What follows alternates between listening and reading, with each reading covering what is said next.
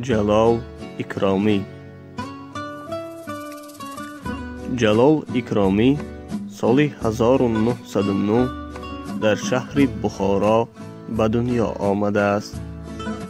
پدر جلال اکرامی، اکرام‌الدین نام شخص بزرگ به حساب می رفت که او یکی از شخصان دانشمند زمانه به حساب می رفت. جلال اکرامی فرزند سیوم و آخر به حساب می رفت و او در سن 2 سالگی از مادر محروم می گردد.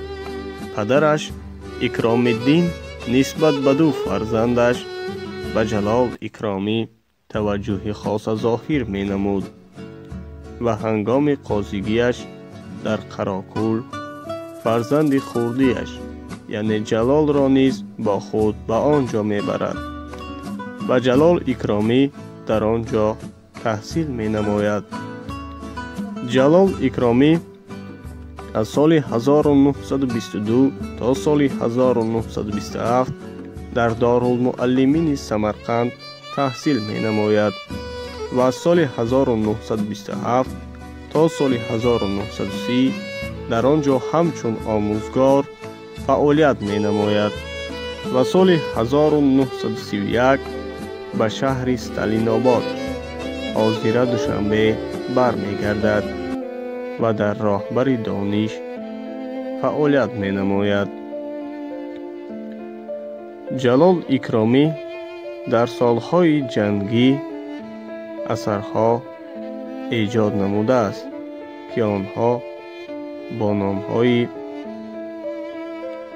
آهنپاره، شینل، داستان قهرمان کنار دنیپر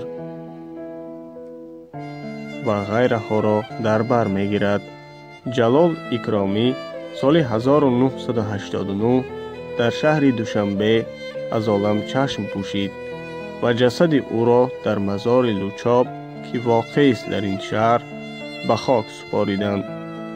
ایجادیات جلال اکرامی. جلال اکرامی اولین مراتبه قلم خود را در نثر با استاد بزرگ صدرالدین عینی سال 1927 حکایه نوشت که آن با نام شب در ریگستان بخارا است و سال 1932 او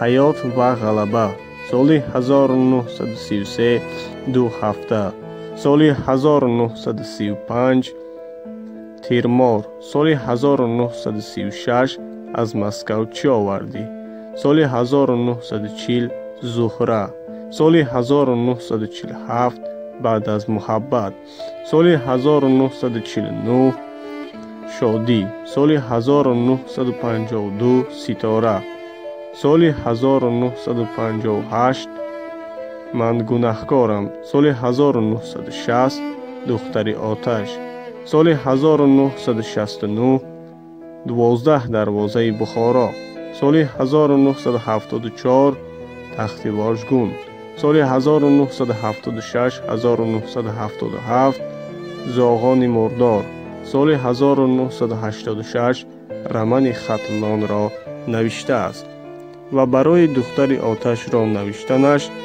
در سال 1964 جایزه دولتی به نام ابو عبدالله رودکی را صاحب گردیده است.